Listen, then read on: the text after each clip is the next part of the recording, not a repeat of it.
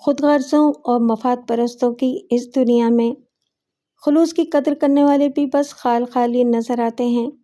جتنی کمی پرخلوص انسانوں کی ہے، اسی قدر خلوص کے قدردانوں کی کمی ہے۔ ایک اخلاص کی ماری دوشیزہ کا فسانہ جو مفاد پرستوں میں گھری ہوئی تھی۔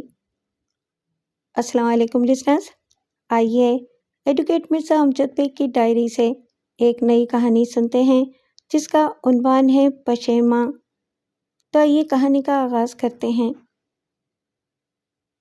ایک روز مجھے معلوم ہوا کہ پولیس میں بھی میرے مداح موجود ہیں۔ اس وقت رات کے 10 سوا 10 بجے تھے اور میں کھانے سے فارغ ہو کر اپنی خوابگاہ میں کتاب کا مطالعہ کر رہا تھا کہ اچانک باہر سے ایک عجیب سی آواز آئی۔ میں نے سوچا کہ کوئی بلی وغیرہ کودی ہوگی، اس لیے اپنا مطالعہ جاری رکھا۔ لمحے بھر کے بعد دروازے پر دستک سنائی دی، پھر اطلاعی گھنٹی کی آواز سماعت سے ٹکرائی۔ میں سمجھ گیا کہ باہر جو کوئی بھی ہے وہ یا تو عجلت میں ہے یا پہلی دفعہ ہمارے دروازے پر آیا ہے۔ میں نے کتاب الٹی کر کے رکھ دی اور چپل پہن کر دروازے کی طرف بڑھا۔ گھنٹی کی آواز دوبارہ سنائی دی، گویا میرا ملاقاتی واقعی عجلت میں تھا۔ تاہم میں نے اسے تیسری گھنٹی بجانے کا موقع نہیں دیا اور دروازہ کھول کر اس کے سامنے جا موجود ہوا۔ وہ ایک نہیں 3 تھے اور تینوں پولیس کی وردی میں تھے۔ ان میں سے ایک دیوار کے اوپر سے اندر کا جائزہ لینے کی کوشش کر رہا تھا۔ کیا میں پوچھ سکتا ہوں کہ یہاں کیا ہو رہا ہے؟ میں نے پوچھا۔ جو شخص دروازے کے سامنے کھڑا تھا وہ ASI تھا۔ اس کی وردی اتنی اچھی نہیں تھی جتنی ہونی چاہیے تھی۔ وہ 40-42 سال کا قدرے ڈھیلا اور بے پرواہ شخص نظر آتا تھا۔ اس کے ساتھ ہی فٹ کانسٹیبل تھے اور ابھی نوجوان تھے۔ ان کے کندھوں پر دوسری جنگ عظیم کی یادگار ڈنڈا مار کر رائفلیں نظر آ رہی تھیں۔ معافی چاہتا ہوں جناب، ایک بدماش آپ کے بنگلے میں گھس گیا ہے، ASI نے کہا۔ اگر آپ اجازت دیں تو ہم اسے اندر جا کر گرفتار کر لیں۔ مجھے تو کوئی بدماش نظر نہیں آیا، میں نے کہا۔ پھر مجھے یاد آیا کہ میں نے تھوڑی دیر پہلے عجیب سی آواز سنی تھی۔ ویسے آپ دیکھ لیں، ہو سکتا ہے کہ وہ ادھر ادھر کہیں چھپا ہوا ہو۔ ASI سپاہیوں سمیت اندر گیا اور انہوں نے چند منٹوں کے اندر صحن، برآمدہ اور لان دیکھ ڈالا۔ ایک سپاہی درمیانی دیوار کے اوپر سے ساتھ والے بنگلے میں دیکھتے ہوئے بولا، شاہ جی، میرا خیال ہے کہ وہ یہاں سے ساتھ والے بنگلے میں کود گیا ہے۔ شاہ جی نے اس کی بات پر کوئی توجہ نہیں دی اور مجھ سے مخاطب ہو کر بولا، ہم کمروں کی تلاشی لینا چاہتے ہیں۔ اس کے لہجے میں تحکم پایا جاتا تھا جو میری سماعت پر گراں گزرا۔ میں نے کہا، اس کی ضرورت نہیں ہے، میں نے کسی کو اندر جاتے نہیں دیکھا، آپ جا سکتے ہیں۔ تلاشی تو آپ کو دینا پڑے گی، کیا نام ہے آپ کا؟ تلاشی تو آپ ہرگز نہیں لے سکتے، میں نے کہا۔ میرا نام مرزا امجد بیگ ہے اور میں ایڈوکیٹ ہوں۔ اس نے غور سے میرے چہرے کی طرف دیکھا اور سوچنے والے انداز میں بولا، مرزا امجد بیگ ایڈوکیٹ، نام تو کچھ جانا پہچانا لگتا ہے۔ لمحے بھر کے بعد وہ چونکا۔ اچھا، تو آپ ہیں مرزا امجد بیگ ایڈوکیٹ، یوں کہیں کہ آپ رائٹر ہیں۔ میں آپ کی کئی کہانیاں پڑھ چکا ہوں۔ اس نے گرم جوشی سے میرے ساتھ ہاتھ ملایا۔ بڑی خوشی ہوئی آپ سے مل کر، بہت خوب لکھتے ہیں آپ۔ میرا نام ASI حسین شاہ ہے، میرے لائق کوئی خدمت ہو تو ضرور بتائیں۔ میں نے مزاح کے رنگ میں کہا، خدا نہ کرے کبھی آپ کی ضرورت پڑے، مجھے 2 جگہوں سے بہت ڈر لگتا ہے، ایک اسپتال اور ایک تھانہ۔ اس نے کہا لگایا اور بولا، وکیل صاحب، سب سے خطرناک جگہ تو آپ کا اڈا ہے، یعنی کہ کچہری۔ وہاں سے آدمی یا تو جیل جاتا ہے اور یا پھانسی کے پھندے پر، اور باعزت بری ہو کر گھر بھی تو جاتا ہے۔ میں نے اسے عدالت کی تیسری خصوصیت بتائی اور پھر پوچھا، یہ بدماش کون ہے جس کے پیچھے آپ لگے ہوئے ہیں؟ اس کا نام جبار خان ہے، ایک بیوہ عورت کی بیٹی کے پیچھے لگا ہوا ہے۔ وہ اسکول جانے کے لیے گھر سے نکلتی ہے تو یہ اس کے پیچھے لگ جاتا ہے۔ دونوں ماں بیٹی اس کی وجہ سے بہت پریشان ہیں۔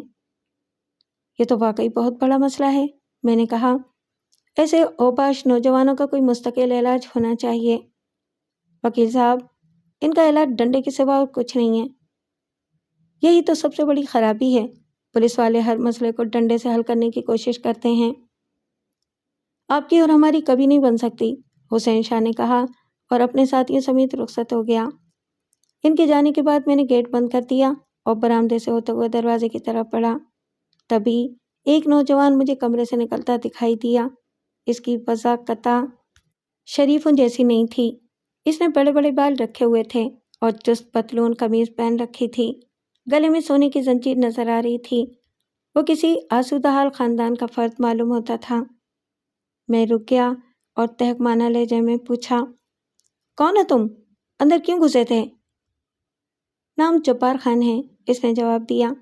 میں نے آپ کی کسی چیز کو ہاتھ نہیں لگایا، پولیس کے ڈر سے اندر گھس گیا تھا، معافی چاہتا ہوں، میں آپ ہی سے ملنے آ رہا تھا۔ لیکن تم کمرے میں کیسے گھس گئے؟ اس نے دانت نکالے اور بولا، میں برآمدے میں چھپا کھڑا تھا، آپ گھنٹی کی آواز سن کر باہر نکلے تو میں اندر گھس گیا۔ اس روز گھر میں میرے سوا کوئی نہیں تھا، دیگر افراد خانہ کسی شادی میں گئے ہوئے تھے۔ آئندہ ایسی حرکت نہ کرنا، میں نے اسے تنبیہ کی۔ ایس آئی نے مجھے بتایا ہے کہ تم محلے کی لڑکیوں کو پریشان کرتے ہو، ایک عورت نے تمہارے خلاف رپورٹ بھی درج کرائی ہے۔ میں اسی سلسلے میں آپ سے ملنا چاہتا تھا، پولیس والے مجھے کئی روز سے پریشان کر رہے ہیں، ہر دفعہ 25-30 روپے لے جاتے ہیں، کبھی کوئی آ جاتا ہے، کبھی کوئی آ جاتا ہے۔ معاملہ کیا ہے؟ پولیس تمہیں کیوں پریشان کر رہی ہے؟ ادھر ایک عورت رہتی ہے، شمشاد بیگم اس کا نام ہے، اس نے میرے خلاف جھوٹی رپورٹ لکھوائی ہے، کہتی ہے کہ میں اس کی بیٹی صبا کو پریشان کرتا ہوں، حالانکہ ایسی کوئی بات نہیں ہے۔ کیا وہ عورت بیوہ ہے؟ میں نے پوچھا اور اس بات میں جواب پا کر کہا، تم اس عورت کے بارے میں اتنی باتیں کیسے جانتے ہو؟ تمہیں اس کا اور اس کی بیٹی کا نام بھی معلوم ہے؟ میں بھی اسی محلے میں رہتا ہوں، نام تو معلوم ہو ہی جاتا ہے۔ مجھ سے کیوں ملنا چاہتے تھے؟ وہ قدرے تامل کرتے ہوئے بولا، میں اس بیوہ پر ایک کیس کرنا چاہتا ہوں، آپ کی فیس کتنی ہوگی؟ فیس کا تعین کیس کی نوعیت جاننے کے بعد ہی کیا جا سکتا ہے۔ کیس کی تفصیل کیا ہے؟ دراصل بات یہ ہے کہ شمشاد بیگم نے مجھے بہت پریشان کیا ہے، خواہ پولیس کو میرے پیچھے لگا دیا، ہزاروں روپے خرچ ہو گئے، میں اس کو تھوڑا سبق سکھانا چاہتا ہوں۔ ایک صاحب نے مشورہ دیا ہے کہ ان کے اوپر رقم کی وصولی کا مقدمہ دائر کر دو، دوسرے صاحب کا کہنا ہے کہ ان پر فحاشی کا الزام عائد کر کے ایک درخواست آئی جی کو بھجوا دو۔ کئی لوگ اس عورت کے خلاف بیان دینے پر تیار ہیں۔ تم کہنا کیا چاہتے ہو؟ میرا مطلب ہے کہ اس قسم کا کوئی بھی سلسلہ بنایا جا سکتا ہے، مثلاً آج کل ایک نیم حکیم قسم کے ڈاکٹر کا شمشاد بیگم کے گھر بہت آنا جانا ہے، اس شخص کو بھی کسی چکر میں ملوث کیا جا سکتا ہے۔ آپ میرا مقصد تو سمجھ ہی گئے ہوں گے، اور فیس کی آپ بالکل پرواہ نہ کریں۔ میں نے دل میں کہا، مقصد تو میں تمہارا خوب سمجھ گیا ہوں، تم واقعی بدطینت انسان ہو۔ پھر بلند آواز سے کہا، فیس تو خیر مل ہی جائے گی، لیکن یہ بتاؤ کہ اصل بات کیا ہے؟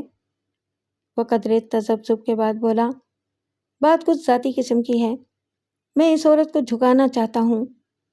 ذرا کھل کر بات کرو، میں نے اس کی حوصلہ افزائی کی، وکیل سے کوئی بات چھپانا نہیں چاہیے۔ اس نے ادھر ادھر دیکھا اور دھیمی آواز میں بولا، شمشاد بیگم کی بیٹی کے بارے میں میری اپنے دوستوں سے شرط لگ گئی تھی۔ ایک دوست نے کہا کہ سروت صبا بڑی مغرور لڑکی ہے، کسی کو لفٹ نہیں دیتی۔ میں نے کہا، اس یتیم لڑکی نے کیا غرور کرنا ہے، میں اسے ایک دن میں رام کر لوں گا۔ اس پر میری اپنے دوستوں کے ساتھ 1000 روپے کی شرط لگ گئی۔ اگلے روز میں نے اپنا حلیہ سیٹ کیا، بہترین کپڑے پہنے اور اپنی موٹر سائیکل پر سروت صبا کا تعاقب شروع کر دیا۔ 3 روز تک میں دور دور سے اس کا جائزہ لیتا رہا۔ مجھے پتہ چلا کہ صبا میٹرک میں پڑھتی ہے اور زیادہ ذہین نہیں ہے۔ اس کا اسکول 8 بجے لگتا ہے اور 12:30 بجے چھٹی ہو جاتی ہے۔ یہ صبح 7:30 بجے گھر سے نکلتی ہے اور بس پر اسکول جاتی ہے۔ چوتھے روز میں نے اپنی موٹر سائیکل اس کی بس کے پیچھے لگا دی۔ جب وہ بس سے اتر کر اسکول کی طرف بڑھی تو میں نے اس کے قریب پہنچ کر موٹر سائیکل روکی اور نہایت ادب سے کہا، سنیے، آپ میٹرک میں پڑھتی ہیں؟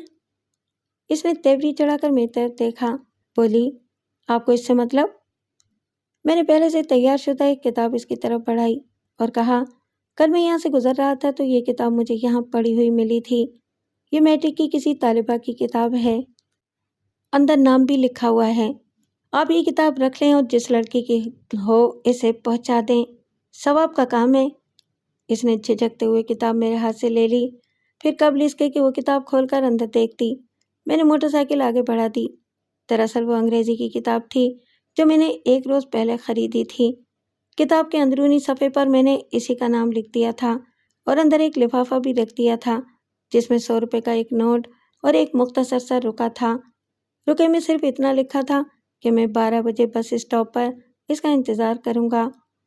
ایک یتیم لڑکی کے لیے 100 روپے اچھی خاصی رقم تھی۔ مجھے یقین تھا کہ وہ کسی بہانے آدھا گھنٹہ پہلے چھٹی کر کے ضرور مجھ سے ملنے آئے گی، لہٰذا میں 12 بجے سے چند منٹ پہلے ہی بس اسٹاپ پر پہنچ گیا۔ تھوڑی دیر بعد وہ واقعی بس اسٹاپ کی طرف آتی دکھائی دی۔ اس وقت بس اسٹاپ پر گنتی کے چند افراد کھڑے تھے، 2-3 عورتیں بھی تھیں۔ جب صبا قریب پہنچی تو میں نے موٹر سائیکل اسٹارٹ کرتے ہوئے اسے پیچھے بیٹھنے کے لیے کہا۔ اس نے اپنے بیگ سے میری دی ہوئی انگریزی کی کتاب نکالی اور اسے گھما کر میری کن پٹی پر دے مارا۔ بولی، سلیل کمینے، یہ کتاب اور یہ پیسے اپنی اماں کو دے دینا۔ میں نے انجان بننے کی کوشش کرتے ہوئے کہا، ارے تو اس میں ناراض ہونے کی کیا بات ہے؟ یہ کتاب کسی اور کی ہوگی، لاؤ ذرا دکھانا، اور پیسوں کی فکر نہیں کرو۔ اس نے ایک تھپڑ میرے منہ پر مارا اور بہت غصے میں مجھے برا بھلا کہنے لگی۔ آس پاس کھڑے ہوئے لوگ فوراً ہمارے ارد گرد جمع ہو گئے۔ صورتحال خراب ہو گئی تھی اور وہاں ٹھہرنے کا کوئی فائدہ نہیں تھا۔ میں نے کتاب اٹھائی، موٹر سائیکل اسٹارٹ کی اور فوراً وہاں سے نکل گیا۔ اس کے بعد میں نے 2-3 بار اور صبا سے راستے میں بات کرنے کی کوشش کی، مگر اس نے بالکل لفٹ نہیں دی۔ چند روز کے بعد میں نے صبا کو ایک کار میں اسکول جاتے دیکھا۔ واپسی میں بھی وہی کار اسے لینے آتی تھی۔ ڈرائیور 40-42 سال کا ایک سخت مزاج شخص معلوم ہوتا تھا۔ اس کا رنگ سانولا اور جسم بھاری تھا۔ میں نے اس کے بارے میں پتہ کیا تو معلوم ہوا کہ وہ ایک رجسٹرڈ میڈیکل پریکٹیشنر ہے اور اس کا نام ڈاکٹر علی اختر ہے۔ MBBS ڈاکٹر نہیں ہے، ایک پسماندہ علاقے میں دواخانہ چلاتا ہے اور غالباً صبا کے باپ کے جاننے والوں میں سے ہے۔ کچھ روز سے اس نے زیادہ ہی ادھر آنا جانا شروع کر دیا ہے۔ شاید شمشاد بیگم میں دلچسپی لے رہا ہے۔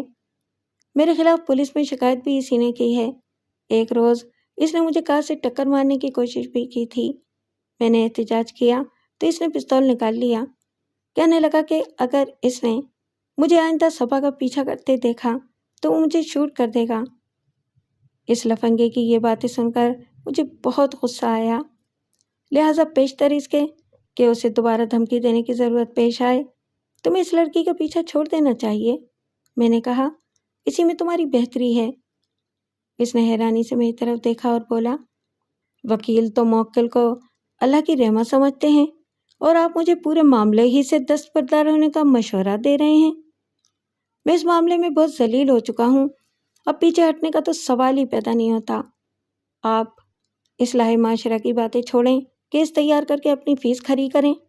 کیس ایسا بنائیں کہ اس میں ڈاکٹر علی اختر بھی پھنس جائے۔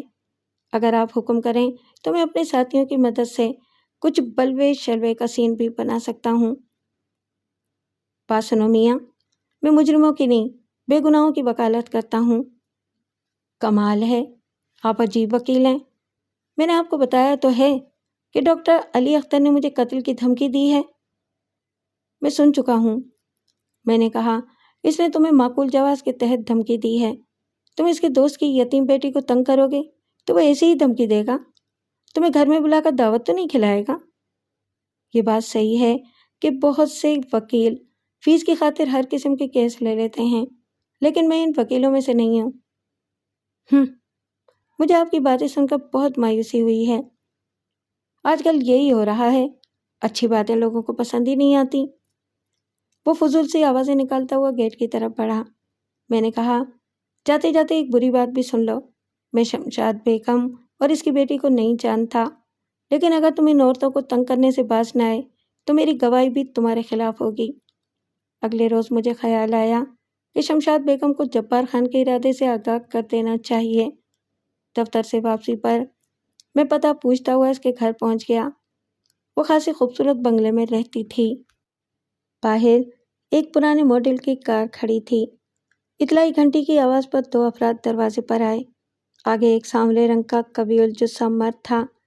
اس نے نیلے رنگ کا سفاری سوٹ پہن رکھا تھا۔ اس کے پیچھے شلوار قمیض میں ملبوس ایک بھاری جسم کی عورت تھی۔ اس نے خوب میک اپ کر رکھا تھا اور کہیں جانے کے لیے تیار معلوم ہوتی تھی۔ میں نے اپنا تعارف کرایا اور کہا کہ میں شمشاد بیگم سے ملنا چاہتا ہوں۔ عورت مرد کو ایک طرف کر کے سامنے آ گئی اور بولی، آپ مجھ سے کس سلسلے میں ملنا چاہتے ہیں؟ کل جبار خان نامی ایک نوجوان میرے پاس آیا تھا۔ میں نے کہا، وہ آپ کے خلاف کوئی کیس بنانا چاہتا تھا، لیکن تفصیل سننے کے بعد میں نے اس کی مدد کرنے سے انکار کر دیا تھا۔ میں صرف یہ کہنے آپ کے پاس آیا ہوں کہ آپ اس شخص سے محتاط رہیں۔ وہ کمینہ صفت آدمی ہے اور کوئی بھی الٹی سیدھی حرکت کر سکتا ہے۔ شمشاد بیگم کے چہرے پر ممنونیت کے تاثرات نمودار ہو گئے۔ بولی، آپ اندر تشریف لے آئیں۔ میں نے معذرت کرتے ہوئے کہا، میں دفتر سے آ رہا ہوں اور خاصا تھکا ہوا ہوں۔ مرد اپنا تعارف کراتے ہوئے بولا، میرا نام ڈاکٹر علی اختر ہے۔ آئیں نا، کم سے کم ایک کپ چائے ہو جائے۔ شمشاد بیگم نے کہا، اس بدماش نے ہمیں بہت تنگ کر رکھا ہے۔ اگر آپ بیٹھتے تو میں آپ کو اس کے کرتوت سناتی۔ بھائی صاحب کی مہربانی سے ہمیں کچھ سکون کا سانس لینا نصیب ہوا ہے، ورنہ اس نے تو ہمارا جینا حرام کر دیا تھا۔ بھائی صاحب، اس نے ڈاکٹر علی اختر کو کہا تھا۔ اسی لمحے 15-16 سال کی ایک خوبصورت لڑکی دروازے کے قریب نمودار ہوئی۔ یہ میری بیٹی ثروت صبا ہے، شمشاد بیگم نے کہا۔ بیٹی، یہ وکیل صاحب ہیں۔ وہ بدماش جبار خان ان کے پاس گیا تھا، ہمارے خلاف کوئی جھوٹا کیس بنانا چاہتا تھا، مگر انہوں نے اسے دھکے دے کر نکال دیا۔ اگر سارے وکیل ایسے ہو جائیں تو ان ڈاکوؤں اور بدماشوں کا دماغ ٹھکانے پر آ جائے۔ صبا نے مجھے سلام کیا اور پھر بولی، کیا آپ ہمیں شکریہ کا موقع نہیں دیں گے؟ میں نے کارڈ نکال کر ڈاکٹر علی اختر کے ہاتھ میں تھمایا اور صبا سے کہا، اس بات کا فیصلہ یہ جاننے کے بعد کروں گا کہ آپ کس طرح میرا شکریہ ادا کرنا چاہتی ہیں۔ فی الحال تو میں بہت تھکا ہوا ہوں اور جانا چاہتا ہوں۔ جب میں رخصت ہو کر اپنی کار کی طرف بڑھا تو میں نے دیکھا کہ ثروت صبا نے ڈاکٹر علی اختر کے ہاتھ سے میرا کارڈ لے لیا تھا اور بڑے غور سے اسے دیکھ رہی تھی۔ چند روز کے بعد یہ سارا معاملہ میرے ذہن سے محو ہو گیا۔ ایک روز میں عدالت سے فارغ ہو کر دفتر پہنچا تو ایک ادھیڑ عمر عورت کو اپنا منتظر پایا۔ اس کے ساتھ ایک 10-12 سالہ لڑکا بھی تھا۔ عورت کا لباس زیادہ قیمتی نہیں تھا، تاہم وہ پڑھی لکھی اور سلیقہ شعر عورت معلوم ہوتی تھی۔ اس نے اپنا نام مسز زرینہ اختر بتایا اور ایک کارڈ میری طرف بڑھایا۔ وہ میرا ہی کارڈ تھا۔ اس کی پشت پر یہ عبارت لکھی تھی، جناب بیگ صاحب، چند روز پہلے آپ سے شمشاد بیگم کے بنگلے پر ملاقات ہوئی تھی۔ آپ کی شخصیت نے مجھے بہت متاثر کیا تھا، اس لیے جب وکیل کی ضرورت پڑی تو آپ ہی یاد آئے۔ اپنی بیوی کو آپ کے پاس بھیج رہا ہوں۔ اس وقت میں جبار خان کے قتل کے الزام میں حوالات میں بند ہوں۔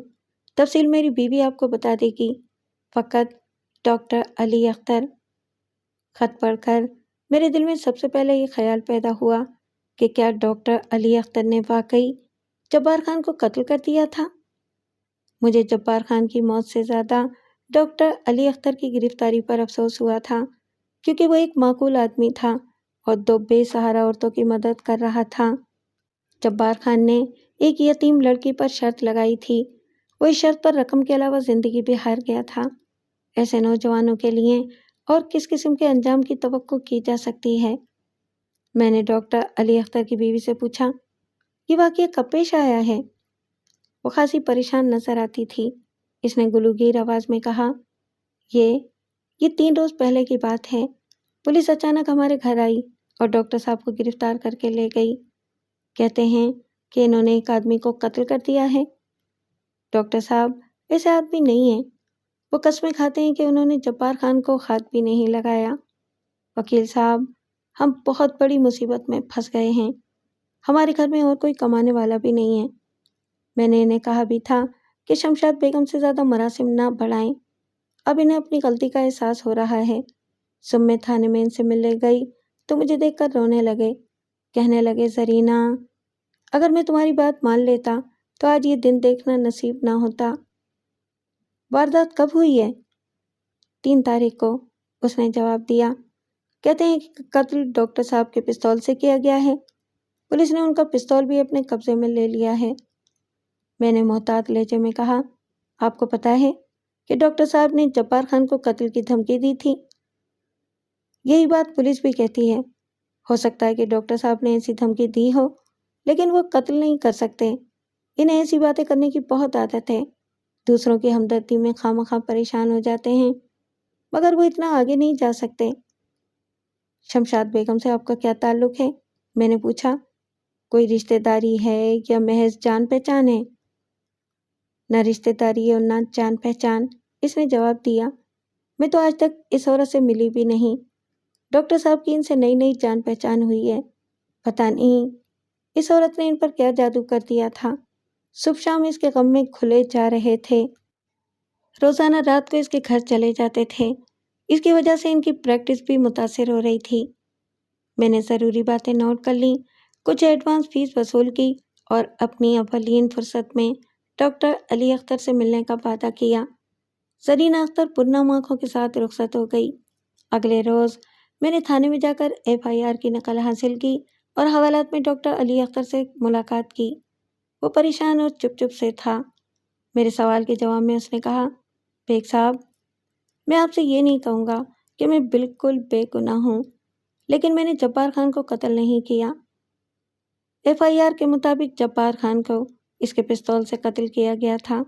بوقت قتل اس کا جائے واردات پر موجود ہونا ثابت ہو چکا تھا۔ کم از کم 3 معتبر گواہوں نے فائرنگ کی آواز سنی تھی اور اسے جائے واردات سے فرار ہوتے دیکھا تھا۔ میں نے دھیمی آواز میں کہا، ڈاکٹر صاحب، FIR میں لکھا ہے کہ قتل آپ کے پستول سے کیا گیا ہے، اس بارے میں آپ کیا کہتے ہیں؟ پولیس یہی کہتی ہے، یہ لوگ مجھ سے اقبالی بیان حاصل کرنا چاہتے ہیں۔ انہوں نے مجھ پر بہت تشدد کیا ہے، لیکن میں نے ابھی تک اقبالی بیان نہیں دیا۔ اب آپ جو حکم دیں گے میں وہی کروں گا۔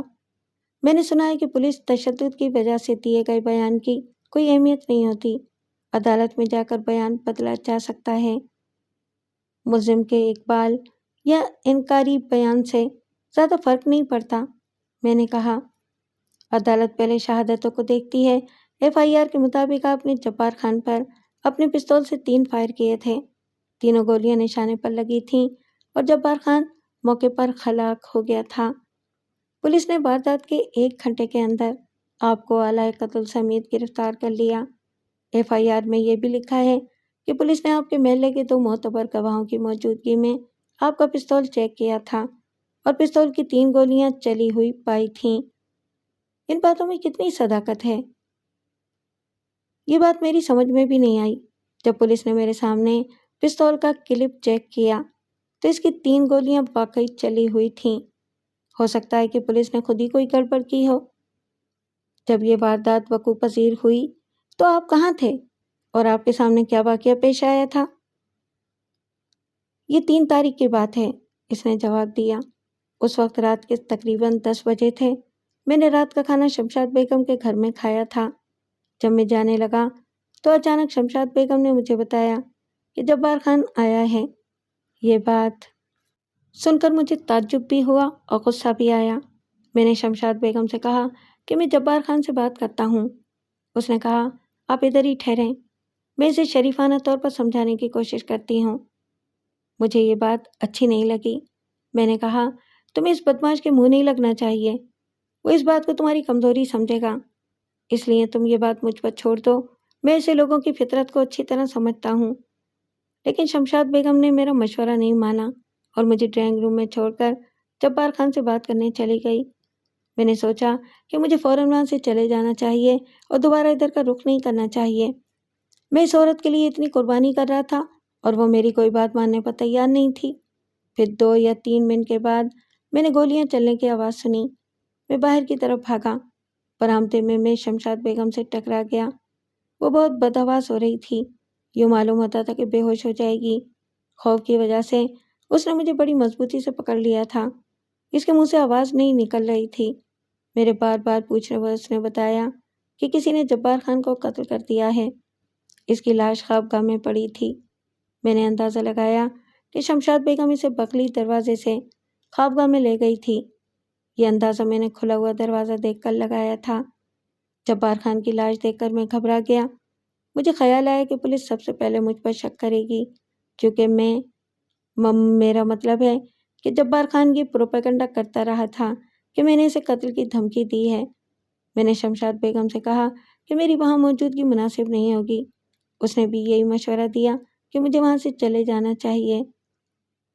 میرا خیال ہے کہ مجھے ایسا نہیں کرنا چاہیے تھا، لیکن بدحواسی کی وجہ سے میرے دماغ کے سارے چراغ گل ہو چکے تھے۔ ادھر فائرنگ کی آواز سن کر کچھ پڑوسی باہر نکل آئے تھے۔ جب میں نے اپنی گاڑی باہر نکالی تو انہوں نے مجھے دیکھ لیا۔ میں نے پوچھا، واردات والی رات شمشاد بیگم کے گھر میں اور کون تھا؟ میرا خیال ہے کہ واردات کے وقت وہاں میرے علاوہ باہر کا کوئی آدمی موجود نہیں تھا۔ تھوڑی دیر پہلے صبا کا چچا نصیر علی وہاں آیا تھا اور چند منٹ ٹھہر کر واپس چلا گیا تھا۔ جب آپ نے فائرنگ کی آواز سنی اس وقت صبا کہاں تھی؟ وہ کسی دوسرے کمرے میں تھی۔ اس نے ہمارے ساتھ ہی کھانا کھایا تھا، لیکن کھانے کے بعد وہ اٹھ کر اندر چلی گئی۔ اس کے بعد میں نے اسے نہیں دیکھا۔ آپ اپنا پستول کہاں رکھتے ہیں؟ پستول میں عموماً کار کے خانے میں رکھتا ہوں، اور اس روز بھی وہیں رکھا تھا۔ کیا آپ گاڑی کو لاک کر کے اندر گئے تھے یا کھلا چھوڑ گئے تھے؟ میرا خیال ہے کہ گاڑی لاک تھی۔ میں ہمیشہ گاڑی کو لاک رکھتا ہوں۔ شمشاد بیگم نے واردات کے بارے میں کیا بیان دیا ہے؟ مجھے اس کا بیان معلوم نہیں ہے۔ اس نے مجھے صرف اتنا بتایا تھا کہ وہ جبار خان کو کمرے میں بٹھا کر کوئی چیز لینے یا رکھنے کے لیے باہر نکلی تو اچانک باہر کی بتی بند ہو گئی اور فائرنگ کی آواز سنائی دی۔ اس کا خیال ہے کہ کسی نے کھڑکی سے فائرنگ کی تھی۔ آپ نے فائرنگ سے پہلے یا بعد میں کوئی غیر معمولی بات تو نوٹ نہیں کی؟ اس نے تامل کرتے ہوئے کہا، میں یقین کے ساتھ تو کچھ کہہ نہیں سکتا۔ بعض باتیں خواہ ذہن میں کھٹکنے لگتی ہیں۔ ہو سکتا ہے کہ وہ سب میرا وہم ہو، اور سچ پوچھیں تو اس وقت میرا ذہن صحیح کام نہیں کر رہا تھا۔ وکیل صاحب، اب اس کی جان چھوڑ دو، حوالات کے سامنے پہرا دینے والے سپاہی نے کہا۔ قتل کرنے والے نے بھی کبھی اپنا جرم تسلیم کیا ہے؟ یہاں آ کر سب بے گناہ بن جاتے ہیں۔ میں نے ڈاکٹر علی اختر سے چند اور باتیں پوچھیں اور اندر جا کر ایس ایچ او سے گواہوں کے بارے میں دریافت کیا۔ اس نے جواب دیا کہ جب تفتیش مکمل ہوگی اور چالان عدالت میں پیش کیا جائے گا تو گواہوں کے بارے میں بھی پتہ چل جائے گا۔ دراصل میں یہ جاننا چاہتا تھا کہ شمشاد بیگم نے پولیس کو کیا بیان دیا تھا، اور اس کا بیان کس حد تک ڈاکٹر علی اختر کی صفائی میں استعمال ہو سکتا تھا، چونکہ شمشاد بیگم ہمارے گھر کے قریبی رہتی تھی۔ اس لیے 2 روز کے بعد میں اس سے ملنے چلا گیا۔ اس نے قدرے خشک لہجے میں میرے سلام کا جواب دیا اور میری آمد کا مدعا پوچھا۔ مجھے اس کے رویے پر خاصا تعجب ہوا۔ اس نے مجھے اندر بیٹھنے کے لیے بھی نہیں کہا تھا۔ میں آپ کو شکریہ کا موقع دینے آیا ہوں، میں نے کہا، بشرطے کہ آپ کو کوئی زحمت نہ ہو۔ اس نے پیچھے کی طرف دیکھا اور قدرے ناگواری سے بولی، ہم اس وقت کام سے جا رہے تھے۔ خیر، آئیں، تشریف لائیں۔ وہ مجھے برآمدے میں لے گئی اور بیت کی کرسی کی طرف اشارہ کرتے ہوئے بولی، بیٹھیں، کیا پینا پسند کریں گے؟ پسند تو میں کچھ بھی نہیں کروں گا، لیکن اگر آپ خوشی سے خالی چائے بھی پلا دیں گی تو میں انکار نہیں کروں گا۔ اس کے چہرے پر کوئی نرمی ظاہر نہیں ہوئی۔ اس نے اندرونی دروازے میں جا کر اپنی بیٹی کو آواز دی اور اسے چائے لانے کے لیے کہا، پھر واپس آ کر کرسی پر بیٹھ گئی اور سنجیدگی سے بولی، وکیل صاحب، بات یہ ہے کہ ایک بیوہ عورت کو اس معاشرے میں بہت ڈر کر رہنا پڑتا ہے۔ اگر کوئی ملنے آ جاتا ہے تو لوگ طرح طرح کی باتیں کرنے لگتے ہیں۔ پھر میری عمر بھی اتنی زیادہ نہیں ہے۔ جی ہاں، یہ تو ہے۔ سفید کپڑے کا دھبا دور سے نظر آ جاتا ہے، میں نے کہا۔ پھر موضوع بدلا۔ میں نے اخبار میں جبار خان کے قتل کی خبر پڑھی تھی۔ میں نے سوچا کہ شاید آپ کو قانونی مدد کی ضرورت ہو، اس لیے چلا آیا۔ وکیل صاحب، آج کل ہر شخص کسی نہ کسی ہیر پھیر کے چکر میں رہتا ہے۔ اب دیکھیں نا، ڈاکٹر علی اختر دیکھنے میں بڑے مخلص نظر آتے تھے، مگر… اس نے دائیں بائیں سر ہلایا۔ چھوڑیں، کیا فائدہ کسی کی برائی کرنے سے؟ میں سمجھ گیا کہ وہ عورت ڈاکٹر علی اختر کی ہمدرد نہیں تھی۔ دوسرا اندازہ میں نے یہ لگایا کہ اس نے جو بیان پولیس کو دیا ہوگا وہ ڈاکٹر علی اختر کے خلاف نہیں ہوگا تو ہمدردی میں بھی نہیں ہوگا۔ لہٰذا میں نے اس کا اعتماد حاصل کرنے کے لیے کہا، میں تو پہلی ہی ملاقات میں ڈاکٹر علی اختر کی اصلیت سمجھ گیا تھا، لہٰذا اس خیال سے خاموش رہا کہ مجھے پرائے معاملے میں دخل دینے کی کیا ضرورت ہے؟ اس شخص سے آپ کی جان پہچان کیسے ہوئی تھی؟ جان پہچان کیسی؟ اس نے تیوریاں چڑھا کر کہا۔ زبردستی کے ہمدرد بن گئے تھے۔ وہ کیا کہتے ہیں، مچھلی کے منہ سے بچتے بچتے مگرمچھ کے منہ میں جا پھنسے۔ ایک روز صبح کو اسکول سے چھٹی ہوئی تو وہ جبار سور اس کے پیچھے لگ گیا۔ یہ صاحب کار میں ادھر سے گزر رہے تھے، ان کے ساتھ ایک عورت بھی تھی۔ انہوں نے ہمدردی کرتے ہوئے صبح کو لفٹ دی اور یہاں گھر چھوڑ گئے۔ مجھ سے غلطی یہ ہوئی کہ میں نے انہیں ایک کپ چائے پلانے کے لیے روک لیا۔ اس کے بعد یہ زبردستی ہمارے سرپرست بن گئے، کہنے لگے کہ ان کا یہی راستہ ہے، وہ صبح کو روزانہ اسکول چھوڑ دیا کریں گے۔ میں نے انہیں شریف آدمی سمجھ کر صبح کو ان کے ساتھ بھیجنا شروع کر دیا۔ اس کے بعد ان کا زیادہ وقت ہمارے گھر میں گزرنے لگا۔ پھر انہوں نے مجھ سے شادی کی خواہش کا اظہار کر دیا۔ انسان کو اپنی اوقات دیکھ کر بات کرنا چاہیے، میں نے چالاکی سے کہا۔ میرا خیال ہے کہ وہ اصلی ڈاکٹر نہیں ہیں اور ان کی مالی حالت بھی زیادہ اچھی نہیں۔ اس کے علاوہ بیوی بچوں والے بھی ہوں گے۔ یہ انہوں نے شادی کی تجویز کب پیش کی تھی؟ وہ سوچتی ہوئی بولی، جبار خان کے قتل سے تقریباً 1 ہفتہ پہلے۔ اس کا مطلب یہ تھا کہ وہ عورت اچھی خاصی موقع پرست تھی۔ جب اسے یہ بات معلوم ہو گئی کہ ڈاکٹر علی اختر اس سے شادی کرنا چاہتا ہے تو اسے یا تو اس سے فوراً قطع تعلق کرنا چاہیے تھا یا اس کی تجویز کا مثبت جواب دینا چاہیے تھا۔ میں نے یہ جاننے کے لیے کہ آیا وہ ڈاکٹر علی اختر کو جبار خان کے قتل کا ذمہ دار سمجھتی ہے یا نہیں، کہا، میرا خیال ہے کہ ڈاکٹر علی اختر نے آپ کی خوشنودی حاصل کرنے کے لیے جبار خان کو قتل کیا ہے۔ وہ چپ سی ہو گئی، تھوڑی دیر بعد بولی، میں اس سلسلے میں کیا کہہ سکتی ہوں؟ پولیس کے خیال میں تو سارا کیس بہت سیدھا سادہ ہے۔ میں نے کہا، بقول ان کے انہوں نے گواہوں کی موجودگی میں ملزم کو آلۂ قتل سمیت گرفتار کیا ہے۔ اس کے علاوہ ملزم کی موقع واردات پر موجودگی بھی ثابت ہے۔ اس سے بڑا ثبوت اور کیا ہو سکتا ہے؟ سب سے بڑا ثبوت یہ ہے کہ ملزم نے مقتول کو 2-3 بار قتل کی دھمکی بھی دی تھی۔ اس بات کا تو میں بھی گواہ ہوں۔ یہ بات خود جبار خان نے مجھے بتائی تھی کہ ڈاکٹر علی اختر نے اسے قتل کی دھمکی دی تھی۔ دھمکی تو انہوں نے واقعی دی تھی، شمشاد بیگم نے کہا۔ پھر کچھ دیر سوچنے کے بعد بولی، عدالت کو یہ بھی تو سوچنا چاہیے کہ مقتول نے ایک معصوم اور یتیم لڑکی کی زندگی عذاب بنا رکھی تھی اور وہ اسی سزا کا مستحق تھا۔ اس کا انحصار تو آپ کے بیان پر ہے، آپ کے اور آپ کی بیٹی کے بیان پر۔ میں تو اس معاملے سے دور ہی رہنا چاہتی ہوں۔ اتنے میں سرورت صبا چائے بنا کر لے آئی اور چونکتے ہوئے بولی، ارے آپ بیگ صاحب ہیں؟ السلام علیکم۔ آپ برآمدے میں کیوں بیٹھے ہیں؟ یہ تو گھر والوں کی مرضی ہے، میں نے اس کی ماں کی طرف دیکھتے ہوئے کہا، جہاں بٹھائیں گے وہیں بیٹھنا ہوگا۔ امی تو بس ایسے ہی ہیں، صبا نے کہا، کبھی کبھی ان کی باتیں میری سمجھ میں بھی نہیں آتی۔ آپ اندر آ کر بیٹھیں، آپ سے تو ہمیں بہت ساری باتیں کرنا ہے۔ پولیس نے ہمیں بہت پریشان کر رکھا ہے۔ اس نے مجھے اندر ڈرائنگ روم میں بٹھایا اور چائے سامنے رکھ کر بولی، پولیس چاہتی ہے کہ ہم انکل اختر کے خلاف جھوٹا بیان دیں۔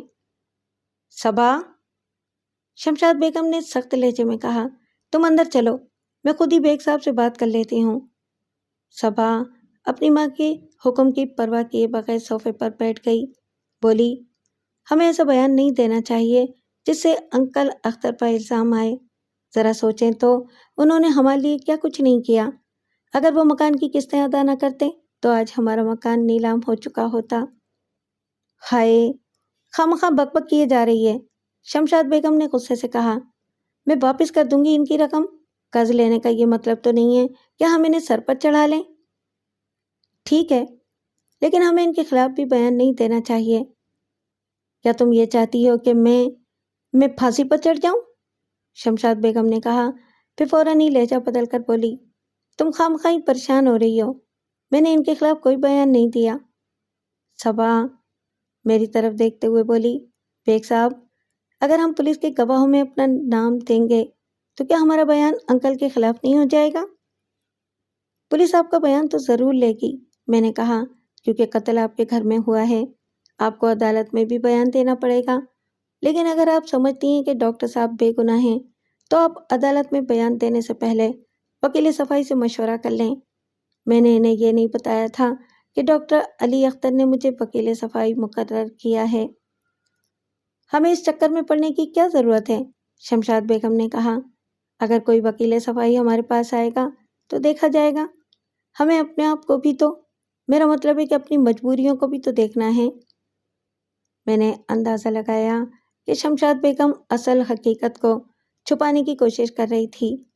اس کی باتوں سے یہ اندازہ بھی ہوتا تھا کہ وہ ڈاکٹر علی اختر کو بے گناہ سمجھتی تھی، لیکن کسی مصلحت کے تحت اس بات کا اظہار نہیں کرنا چاہتی تھی۔ میں نے سوچا، کیا اصل قاتل کوئی اور تھا، اور کیا شمشاد بیگم اسے جانتی تھی؟ تھوڑی دیر بعد جب صبا چائے کے برتن اٹھا کر اندر چلی گئی تو میں نے رازدارانہ لہجے میں کہا، لڑکی ابھی نادان ہے، اسے نرمی سے سمجھائیں۔ آپ کو تو اللہ نے ایک ساتھ 2 مصیبتوں سے بچا لیا، مچھلی سے بھی اور مگرمچھ سے بھی۔ کبھی کبھی یہ لڑکی بہت ناقابل برداشت ہو جاتی ہے۔ میں نے قدر محتاط لہجے میں کہا، ایک بات میری سمجھ میں نہیں آئی، آپ نے جبار خان کو اندر کیسے بلا لیا؟ وہ تامل کرتے ہوئے بولی، اس کمبخت کو یہ بات معلوم نہیں ہے کہ اس کتے نے اسے اغوا کرنے کا منصوبہ بنایا تھا۔ وہ بہت کمینہ شخص تھا، کسی کی پرواہ نہیں کرتا تھا۔ اس نے یہاں گھر آ کر مجھے اغوا کی دھمکی دی تھی۔ پہلے میں نے سوچا کہ مکان کو کرائے پر اٹھا کر کسی دوسرے علاقے میں چلے جانا چاہیے، لیکن پھر کسی نے مشورہ دیا کہ اس طرح چھپنے سے بات نہیں بنے گی۔ وہ کچھ اور کہنا چاہتی تھی مگر کسی مصلحت کے تحت چپ ہو گئی۔ میں نے پوچھا، کیا ڈاکٹر علی اختر کو یہ بات معلوم تھی کہ جبار خان نے صبا کو اغوا کرنے کی دھمکی دی ہے؟ نہیں، میں نے انہیں یہ بات نہیں بتائی تھی۔ مجھے معلوم تھا کہ وہ صبا کو بتا دیں گے اور صبا پریشان ہوگی، لہٰذا میں نے کسی کو یہ بات نہیں بتائی۔ میں نے شمشاد بیگم کا شکریہ ادا کیا اور جانے کے لیے کھڑا ہو گیا۔ صبا بھی کمرے میں آ گئی۔ آپ کو اس کمرے میں جاتے ہوئے تو بہت ڈر لگتا ہوگا جس میں قتل ہوا تھا، میں نے کہا۔ کیا میں وہ کمرہ دیکھ سکتا ہوں؟ صبا بولی، آپ چاہیں تو پورا گھر دیکھ سکتے ہیں، آئیے میرے ساتھ۔ وہ مجھے ایک چھوٹی سی خوابگاہ میں لے گئی۔ اس میں 2 چھوٹے بیڈ، 1 الماری، 2 آرام کرسیاں، 1 سنگار میز اور 1 شوکیس رکھا تھا۔ کرسیاں دروازے کے مقابل والی دیوار کے ساتھ رکھی تھیں۔ بستر بائیں طرف رکھے تھے۔ بائیں طرف والی دیوار کے ساتھ کمرے کی واحد کھڑکی تھی جو کرسیوں سے تقریباً 8 فٹ دور تھی۔ صبا نے مجھے بتایا کہ جب جبار خان پر فائر کیا گیا تو اس وقت وہ کرسی پر بیٹھا تھا۔ قالین اور دیوار پر اس کے خون کے دھبے ہنوز دیکھے جا سکتے تھے، حالانکہ انہیں دھونے کی کوشش کی گئی تھی۔ میں کرسی پر سیدھا بیٹھ گیا۔ میرا دایاں بازو اور دائیں کنپٹی کھڑکی کی طرف تھی۔ اگر کسی نے کھڑکی سے فائر کیا تھا تو گولیاں جبار کے جسم کے دائیں حصے پر لگنا چاہیے تھیں۔ میں نے شمشاد بیگم سے پوچھا کہ جب جبار پر فائر کیا گیا تو اس وقت وہ کہاں تھی؟ جب میں جبار کے ہمراہ کمرے میں داخل ہوئی تو میں نے میز پر کچھ گندے برتن پڑے ہوئے دیکھے، اس نے جواب دیا۔ میں نے جبار کو بٹھایا اور برتن اٹھا کر باورچی خانے کی طرف چلی گئی تھی۔ چائے کے برتن؟ میں نے بظاہر بے خیالی میں پوچھا۔ ہاں 2 کپ تھے شاید، وہ تھوڑی سی گڑبڑ آ گئی۔ ابھی میں باورچی خانے سے 2 قدم ادھر ہی تھی کہ میں نے گولیاں چلنے کی آواز سنی۔ مجھ پر تو سکتہ ہی طاری ہو گیا۔ برآمدے میں جا کر دیکھا تو باہر کی بتیاں بجھی ہوئی تھیں اور ڈاکٹر صاحب اپنی کار کی طرف بھاگے جا رہے تھے۔ اچانک وہ چپ ہو گئی، شاید وہ ضرورت سے زیادہ بول گئی تھی۔ میں نے باہر نکل کر دائیں بائیں نظر دوڑائی۔ باورچی خانہ بائیں طرف تھا اور ادھر ہی سے باہر جانے کا راستہ تھا۔ سامنے کی طرف ایک دروازہ تھا جو غالباً ڈرائنگ روم کی طرف جاتا تھا۔ قاتل یا تو کمرے میں چھپا ہوا تھا یا باورچی خانے کی طرف سے آیا تھا یا ڈرائنگ روم کی طرف سے۔ باورچی خانے کی طرف شمشاد بیگم تھی اور ڈرائنگ روم میں ڈاکٹر علی اختر تھا۔ چوتھا امکان یہ تھا کہ قاتل نے کھڑکی کے راستے سے جبار خان پر فائرنگ کی تھی اور خاموشی سے باہر چلا گیا تھا۔ پولیس نے قتل کا جو نقشہ کھینچا تھا وہ کچھ یوں تھا۔ ڈاکٹر علی اختر کو یہ بات سخت ناگوار گزری کہ شمشاد بیگم نے جبار خان کو اندر بلا کر بٹھایا ہے۔ اس نے غصے میں پستول نکال لیا اور ڈرائنگ روم کے اندرونی دروازے سے اس خوابگاہ میں پہنچ گیا جہاں جبار خان بیٹھا تھا۔ اتفاق سے اس وقت شمشاد بیگم برتن رکھنے باورچی خانے میں گئی تھی، اس نے جاتے ہی جبار خان پر 3 گولیاں چلائیں اور فوراً واپس چلا گیا۔ کیس کی تیاری سے پہلے میں 2-3 بار ڈاکٹر علی اختر سے ملا اور ضروری باتیں نوٹ کر لیں۔ چند روز کے بعد پولیس نے عدالت میں چالان پیش کر دیا۔ ابتدائی سماعت کے دوران میں نے ڈاکٹر علی اختر کی ضمانت کرانے کی بہت کوشش کی مگر کامیابی نہیں ہوئی۔ اس بات پر مجھے کوئی زیادہ تعجب نہیں ہوا کہ شمشاد بیگم اور اس کی بیٹی سروت صبا کا نام استغاثہ کے گواہوں میں شامل تھا۔ استغاثہ کی طرف سے کل 10 گواہوں کی فہرست عدالت میں پیش کی گئی تھی۔ ان میں 3 گواہ شمشاد بیگم کے پڑوسی تھے۔ انہوں نے 3 تاریخ کو رات کے 10:15 بجے شمشاد بیگم کے گھر سے گولیاں چلنے کی آواز سنی تھی اور ڈاکٹر علی اختر کو اپنی کار میں وہاں سے رخصت ہوتے دیکھا تھا۔ 3 گواہ مقتول جبار خان کے دوست تھے۔ انہوں نے اپنے بیان میں کہا تھا کہ ڈاکٹر علی اختر نے جبار خان کو قتل کی دھمکی دی تھی۔ 2 گواہ ڈاکٹر علی اختر کے پڑوسی تھے۔ پولیس نے ان گواہوں کی موجودگی میں ڈاکٹر کی کار سے آلہ قتل یعنی پستول برآمد کیا تھا۔ آخری 2 گواہ شمشاد بیگم اور سروت صبا اس کیس کی اہم گواہ تھیں۔ ان کے بیانات کی تفصیل آگے آئے گی۔ میں پولیس اور عدالت کی ضابطے کی کارروائیوں کا ذکر حذف کرتے ہوئے گواہوں کے بیانات اور ان پر ہونے والی جرح کی کارروائی آپ کے سامنے پیش کرتا ہوں۔ تاہم اس سے پہلے کچھ ضروری باتیں۔ میڈیکل لیگل ایگزامنر کی رپورٹ کے مطابق مقتول کے جسم پر گولیوں کے 3 نشانات پائے گئے تھے اور یہی اس کی موت کا سبب تھے۔ ایک گولی ہنسلی کی ہڈی کے قریب، ایک دل پر اور ایک دل سے ذرا نیچے لگی تھی۔ گولیاں بہت قریب سے چلائی گئی تھیں اور یہ بات بھی ثابت ہو گئی تھی کہ وہ ڈاکٹر علی اختر کے پستول سے چلائی گئی تھی۔ سب سے پہلا گواہ جو استغاثہ کی طرف سے پیش کیا گیا، اس کا نام اعظم علی تھا۔ وہ 28-29 سال کا ایک بازاری قسم کا نوجوان تھا۔ وہ کسی فیکٹری میں ملازم تھا اور جبار خان کا پرانا دوست تھا۔ اس نے اپنے بیان میں کہا کہ جبار خان ایک شریف نوجوان تھا اور ہمیشہ دوسروں کے کام آتا تھا۔ اس نے کبھی کسی لڑکی کو بری نظر سے نہیں دیکھا تھا۔ شمشاد بیگم کے ساتھ اس کے پڑوسیوں والے مراسم تھے اور وہ اکثر ان کے گھر آتا جاتا تھا۔ ملزم علی اختر کو اس کا آنا جانا اچھا نہیں لگتا تھا۔ اس نے جبار خان کو دھمکی دیتے ہوئے کہا تھا کہ اگر اس نے شمشاد بیگم کے گھر آنا جانا بند نہ کیا تو وہ اسے قتل کر دے گا۔ گواہ کا بیان ختم ہوا تو وکیل استغاثہ نے اسے چند سرسری قسم کے سوالات کیے۔ وہ عدالت کو یہ باور کرانا چاہتا تھا کہ گواہ ایک معتبر شخص تھا۔ اس کے بعد میں گواہ پر جرح کرنے کے لیے آگے آیا۔ ایک ضمنی بات کا ذکر کر دینا مناسب ہوگا یہاں۔ مقتول جبار خان کا باپ ایک اعلیٰ سرکاری افسر ہے، اس لیے اس کا واضح الفاظ میں ذکر نہیں کیا جا سکتا۔ میں نے گواہ سے پوچھا، کیا یہ صحیح ہے کہ مقتول کی عمر 26 سال تھی، وہ نان میٹرک تھا اور کوئی کام نہیں کرتا تھا؟ عمر تو آپ نے ٹھیک بتائی ہے، اعظم علی نے جواب دیا، لیکن یہ مجھے معلوم نہیں ہے کہ اس کی تعلیم کتنی تھی اور جہاں تک کام کا تعلق تھا اسے کام کی ضرورت ہی نہیں تھی۔ کیوں؟ میں نے پوچھا، اسے کام کی ضرورت کیوں نہیں تھی؟ اس کے ابا سرکاری افسر ہیں اور تنخواہ کے علاوہ ان کی اوپر کی، میرا مطلب ہے کہ ان کی معقول آمدنی ہے۔ کون سی آمدنی معقول ہے، تنخواہ یا اوپر کی آمدنی؟ وکیل استغاثہ نے جلدی سے اٹھ کر کہا، جناب علی، مجھے اعتراض ہے۔ وکیل صفائی ایک معزز سرکاری افسر کی عزت کو اچھالنے کی کوشش کر رہے ہیں۔ جناب علی، میں نے صرف گواہ کو اپنے جواب کی تشریح کرنے کے لیے کہا ہے۔ جج نے اعتراض تسلیم کیا۔ میں نے گواہ سے پوچھا، کیا ملزم نے تمہارے سامنے مقتول کو دھمکی دی تھی؟ نہیں، گواہ نے جواب دیا، یہ واقعہ میرے سامنے پیش نہیں آیا۔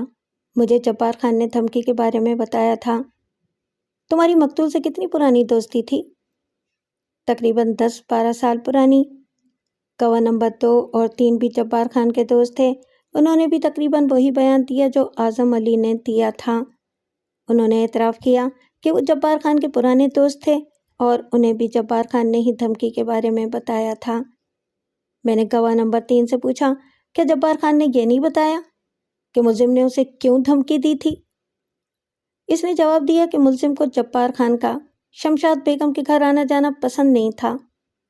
میں نے جج سے مخاطب ہو کر کہا، جناب علی، یہ تینوں گواہ در حقیقت دوستی کا حق ادا کرنے کی کوشش کر رہے ہیں اور رٹا ہوا بیان دہرا رہے ہیں۔ مقتول کا شمشاد بیگم سے نہ تو کوئی تعلق تھا اور نہ ہی گھر میں آنا جانا تھا۔ مقتول شمشاد بیگم کی بیٹی سربت صبا کو آتے جاتے چھیڑتا تھا اور اس سے بے تکلف ہونا چاہتا تھا۔ اس سلسلے میں شمشاد بیگم نے اس کے خلاف پولیس میں رپورٹ بھی درج کرائی تھی، جس کی نقل عدالت کے طلب کرنے پر پیش کی جا سکتی ہے۔ گواہ نمبر 4 اور 5 نے بڑی مختصر گواہی دی۔ انہوں نے 3 تاریخ کو رات کے 10 بجے 10:15 بجے کے قریب فائرنگ کی آواز سنی اور صورتحال معلوم کرنے کے لیے باہر نکلے تو انہوں نے شمشاد بیگم کے بنگلے سے ایک نیلے رنگ کی فیٹ کار نکلتے دیکھی۔ یہ کار وہ پہلے بھی وہاں دیکھ چکے تھے۔ اس وقت انہیں کار کے مالک کا نام معلوم نہیں تھا، لیکن وہ اسے شکل سے پہچانتے تھے۔ وکیل استغاثہ نے ان سے پوچھا کہ کیا ملزم ڈاکٹر علی اختر وہی شخص ہے جسے انہوں نے وقوع والے روز نیلے رنگ کی کار میں جاتے دیکھا تھا؟ انہوں نے اس بات میں جواب دیا۔ استغاثہ کے چھٹے گواہ کا نام بختیار احمد تھا۔ اس کی عمر 24-25 سال کے لگ بھگ تھی۔ اس کی محلے میں الیکٹریشین کی دکان تھی۔ اس کے بارے میں پتہ چلا تھا کہ واردات کے بعد وہ کئی مرتبہ شمشاد بیگم کے گھر آتا جاتا دیکھا گیا تھا۔ اس نے اپنے بیان میں کہا کہ وقوع والے روز وہ رات کے 10 بجے شمشاد بیگم کے گھر کے سامنے سے گزر رہا تھا کہ اچانک اس نے گولیاں چلنے کی آواز سنی۔ وہ پریشان ہو گیا اور صورتحال معلوم کرنے کی غرض سے گیٹ کی طرف بھاگا۔ چند منٹوں کے بعد ڈاکٹر علی اختر نے گیٹ کھولا اور اپنی نیلے رنگ کی کار میں بیٹھ کر تیزی سے ایک طرف روانہ ہو گیا۔ گواہ نے مزید کہا کہ ڈاکٹر بہت گھبرایا ہوا سا لگ رہا تھا۔ پھر وہ ایک قدم اور آگے بڑھ گیا۔ بولا، جب ملزم گیٹ کھول رہا تھا تو میں نے اس کے ہاتھ میں کوئی چمکدار چیز دیکھی تھی۔ میں اس کی بات سن کر چونکا۔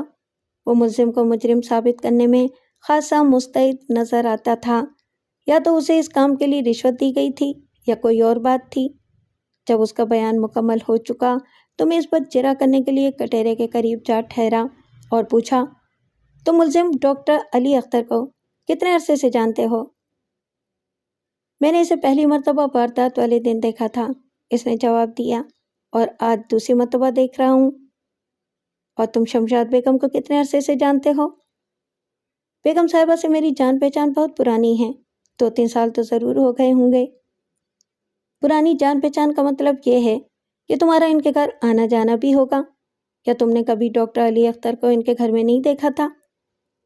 نہیں جی، میں نے اس کو وہاں کبھی نہیں دیکھا۔ ویسے مجھے پتہ چلا تھا کہ یہ ادھر آتا جاتا ہے۔ وہ یوں بات کر رہا تھا جیسے اس کی شمشاد بیگم سے قریبی رشتہ داری ہو۔ میں نے سلسلہ سوالات جاری رکھتے ہوئے کہا، مسٹر بختیار احمد، تمہارے اپنے بیان کے مطابق تم نے وقوع والی رات سے پہلے ملزم کو کبھی نہیں دیکھا تھا، لہٰذا قطعی طور پر تم تعارف کے بغیر اسے پہچان نہیں سکتے تھے۔ لیکن تمہارا کہنا یہ ہے کہ گولیوں کی آواز سننے کے بعد تم نے ڈاکٹر علی اختر کو گیٹ کھولتے دیکھا تھا۔ تم نے کیسے جانا کہ وہ ڈاکٹر علی اختر ہی ہے؟ اس نے آنکھیں جھپکائیں اور تامل کرتے ہوئے بولا، وہ تھا تو ڈاکٹر علی اختر ہی۔ میرے پہچاننے یا نہ پہچاننے سے کیا ہوتا ہے، یہ بات تو آپ لوگ بھی جانتے ہیں۔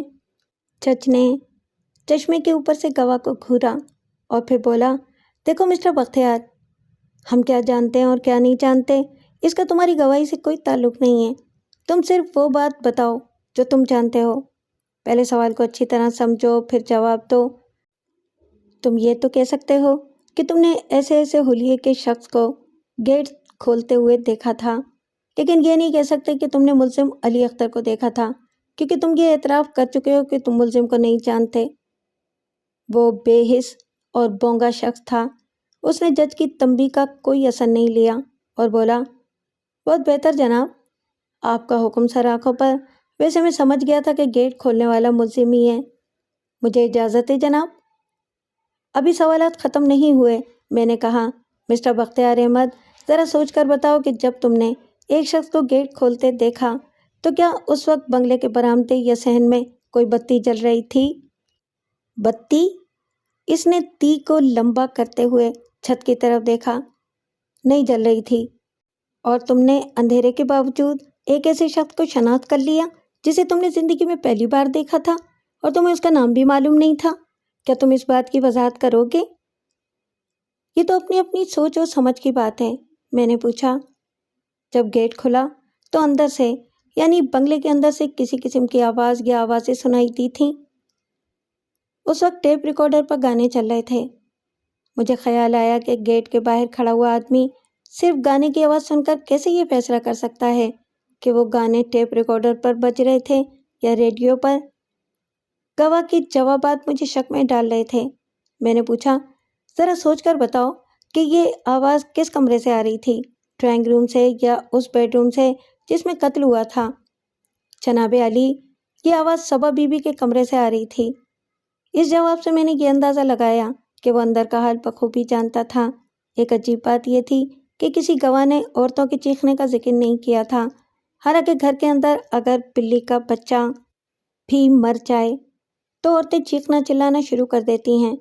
وہاں ایک آدمی قتل ہو گیا تھا اور کسی کے چیخنے کی آواز نہیں آئی تھی، اس کے بجائے اندر سے گانوں کی آواز آ رہی تھی۔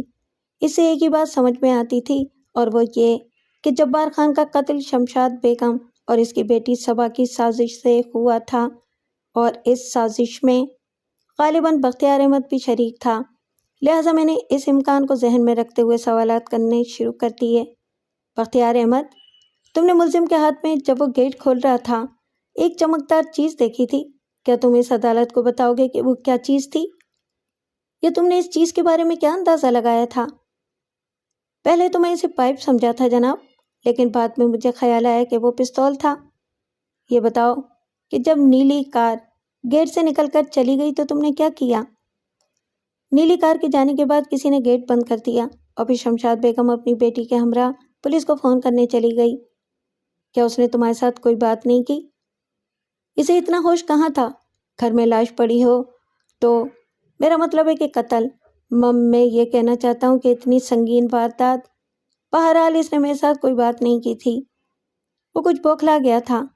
میں نے کہا، جب اس نے تمہارے ساتھ کوئی بات نہیں کی تھی تو پھر تمہیں یہ کیسے پتہ چلا کہ وہ پولیس کو فون کرنے جا رہی ہے؟ میرا خیال ہے کہ اس نے اپنی بیٹی سے فون کرنے کے بارے میں کچھ کہا تھا۔ اور تمہیں یہ کیسے پتہ چلا کہ ان کے گھر میں لاش پڑی ہے؟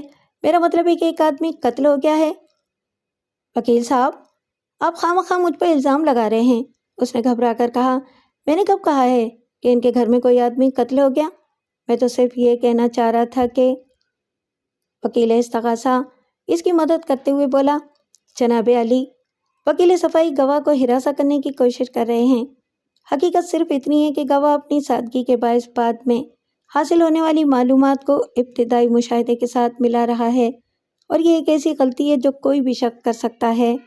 میں نے عدالت سے کہا، جناب علی، گواہ کی باتوں سے اندازہ ہوتا ہے کہ وہ واردات کے بارے میں بہت کچھ جانتا ہے۔ اگر کسی بنگلے کے اندر سے گانوں کی آوازیں آ رہی ہوں تو کوئی شخص یہ نہیں بتا سکتا کہ وہ گانے ریڈیو پر نشر ہو رہے ہیں یا ٹیپ ریکارڈر پر بج رہے ہیں۔ لیکن گواہ کو نہ صرف یہ معلوم ہے کہ وہ گانے ٹیپ ریکارڈر پر بج رہے تھے، بلکہ یہ بھی معلوم ہے کہ وہ ٹیپ ریکارڈر صبا کے کمرے میں رکھا تھا۔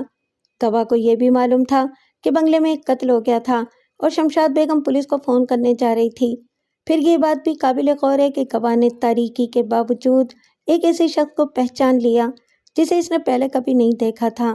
نیز گواہ کا عین واردات کے وقت بنگلے کے دروازے پر موجود ہونا بھی توجہ طلب ہے۔ ان حقائق سے کوئی بھی صاحب فہم شخص یہ نتیجہ اخذ کر سکتا ہے کہ گواہ واردات کے وقت بنگلے کے اندر موجود تھا۔ اس لیے میں فاضل عدالت سے یہ گزارش کروں گا کہ وہ گواہ کو شامل تفتیش کرنے کا حکم جاری کریں۔ میں نے دیکھا، بختیار احمد پھٹی پھٹی نظروں سے جج کی طرف دیکھ رہا تھا۔ جج نے اسے شامل تفتیش کرنے کا حکم تو جاری نہیں کیا، لیکن اسے پابند گواہ قرار دیتے ہوئے اگلی پیشی پر حاضر ہونے کا حکم دیا اور سماعت ملتوی کر دی۔ لیکن وہ اگلی پیشی پر عدالت میں حاضر نہیں ہوا۔ جج نے اس کے قابل ضمانت وارنٹ جاری کر دیے۔ اس پیشی پر شمشاد بیگم گواہی کے لیے پیش ہوئی۔ اس نے گواہی دیتے ہوئے کہا کہ 3 تاریخ کو تقریباً رات کے 10 بجے مقتول جبار خان اس سے ملنے کے لیے آیا۔ اس وقت ملزم علی اختر بھی اس کے گھر میں موجود تھا۔ چونکہ ملزم اور جبار خان کی آپس میں بنتی نہیں تھی، اس لیے وہ جبار خان کو پچھلی طرف سے خوابگاہ میں لے گئی۔ اس نے جبار خان کو وہاں بٹھایا اور کمرے میں پڑے ہوئے گندے برتن اٹھا کر برچی خانے کی طرف چل دی۔ ابھی وہ چند قدم ہی چلی تھی کہ پیچھے سے گولیاں چلنے کی آواز سنائی دی۔ وہ گھبرا گئی اور پچھلے دروازے سے ڈرائنگ روم میں پہنچی۔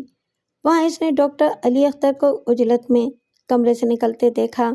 اس کے ہاتھ میں پستول تھا اور وہ اپنی کار کی طرف جا رہا تھا۔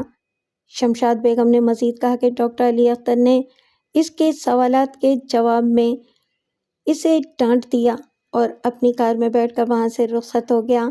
لہٰذا اس نے اپنی بیٹی کو ساتھ لیا اور ایک قریبی بنگلے میں جا کر پولیس کو فون پر واردات کی اطلاع دی۔